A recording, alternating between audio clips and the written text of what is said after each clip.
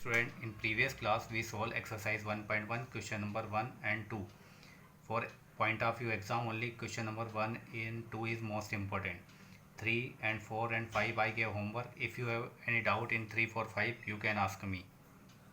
Now we start exercise 1.2 question number 1. Express each number as a product of its prime factor. इसमें हमें prime factor find करना है। जैसे हम पहले पुरानी क्लासों में भी हमने फैक्टराइजेशन मेथड करके प्राइम फैक्टर फाइंड करे थे, ऐसे ही इसमें भी अपने को प्राइम फैक्टर फाइंड करना है। कैसे? Now you we see. Now 140, now we find the factor तो यूज़ प्राइम फैक्टराइजेशन मेथड। तो now 140 divided by 2, 2 7 14, 0. Now again 70 again divided by 2, 35 2 70. Now here is 35, next number is 5, 5 7 35. Now 7 7 1 7, which is the left? 140 equal to 2 into 2 into 5 into 7. This is our prime factor, this is our answer. This type question also you solve in previous classes. Other one is our homework. Now in this question we find the LCM and SCF of the following pair of integer and verify that LCM into SCF equal to product of two numbers.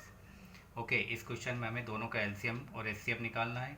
उसके बाद verify करना है कि LCM और SCF का product equal to product of two number, दोनों number के product के इक्वल होता है। ये हमें फाइंड वेरीफाई भी करना है। तो firstly we find the product of both number, means 26 और 91 का प्रोडक्ट फाइंड करेंगे। Product of both number is 2366. Now we find the LCM and SCF of both numbers.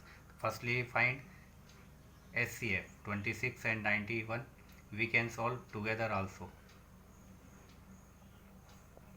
दोनों नंबर 13 से डिवाइड होते हैं, उसके अलावा किसी भी दूसरे नंबर से डिवाइड नहीं हो रहे।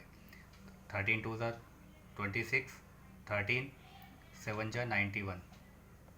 अब आगे SCF में क्या करते हैं, आगे ये डिवाइड नहीं हो रहा है क्योंकि सेम नंबर से डिवाइड होना चाहिए SCF से, इसके आगे डिवाइड नहीं हो रहा, तो हमारा SCF हो जाएगा 13। यहीं स्टॉप कर देते हैं। अब now we find the LCM 26 and 91। तो अगेन 13 एंड 7। अब LCM में क्या करते हैं, जब तक कि लास्ट में रिमाइंडर 0 ना बचे, 1 1 ना बचे, जब तक हम डिवाइड करते जाते हैं। तो ये डिवाइड हो रहा है, तो again divided by 2 1 2, 7 we write same, again divided by 7 1 7 1 7. So now our LCM equal to 13 into 2 into 7 equal to, now we do multiply, 182 is our LCM. Now we find the product. Now we find the product of LCF into LCM. इन दोनों का multiply करना है हमें, 182 into 13।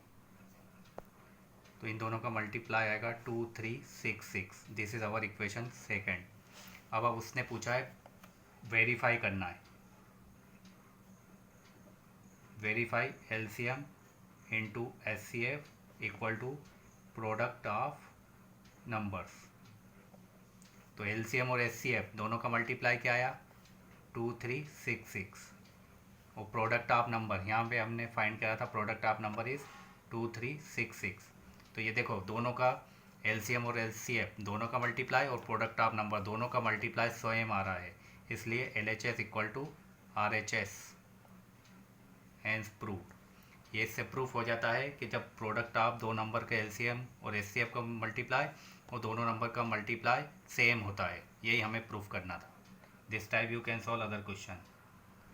Now question number third, find the LCM and SCF of the following integer by applying prime factorisation method. First is given 12 15 21।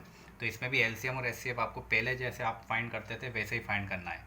पहले हम SCF अलग अलग भी फाइंड कर सकते हैं, एक साथ भी। अलग अलग कैसे फाइंड करेंगे देख लीजिए। 2 6 12, 2 3 6, 3 1 3। Now here is 15, 3 5 15, 5 1 5। नाउ 21, 3 7 21, 7 1 7। अब हम सबके फैक्टर एक साथ लिख देंगे। अब अपने को देखना है SCF निकालते हैं तो सिर्फ कॉमन फैक्टर लिखते हैं, तीनों में जो कॉमन है। तो इसमें 3 3 3 तीनों में कॉमन आ रहा है, तो हमारा SCF, इसके अलावा कोई सा भी नंबर कॉमन नहीं आ रहा है, तो हमारा SCF हो जाएगा 3। और LCM के लिए क्या करते हैं, वही तीनों में से कॉमन फैक्टर लिख देते हैं, 3 कॉमन आ रहा है। अब बाकी जो बचे हैं वो भी लिख देंगे। तो 2 इंटू 2 ऊपर बचा है, इधर 5 बचा है और इधर 7 बचा है। इन सब का मल्टीप्लाई कर देंगे, वही हमारा एलसीएम होगा। एचसीएफ के लिए ध्यान रखना है तीनों में से जो कॉमन होगा वही नंबर लिखना है, और एलसीएम के लिए तीनों में से कॉमन नंबर को भी लेना है और उसके बाद जो बचे नंबर है उनको भी लिखना है। जैसे 2 बार था तो ऐसे ही लिखना है। लेकिन आपको एक बार ध्यान रखना है, जब हम एलसीएम फाइंड करते हैं तो कॉमन नंबर देखते हैं, तीनों में कॉमन। अब तीनों में कॉमन नंबर नहीं आ रहा है तो आपको दोनों में से कॉमन नंबर लिखना है। जैसे 2 कॉमन आ रहा है वो 2 लिख दिया, इन दोनों में से 2 कॉमन आ रहा है वो लिख दिया। बाकी जो बचे नंबर है अब वो लिख देंगे हम। तो ऊपर 2 बचा, इधर 5 और लास्ट वाली लाइन में 3। तो आपको ध्यान रखना है कि तीनों में से कॉमन है उसमें से लिखना है। अगर दोनों लाइन में कॉमन रहते हैं तो उनमें से भी हमें 1 को ही लिखना है एलसीएम में। ये ऐसा आपको ध्यान रखना है। This type you can solve other question.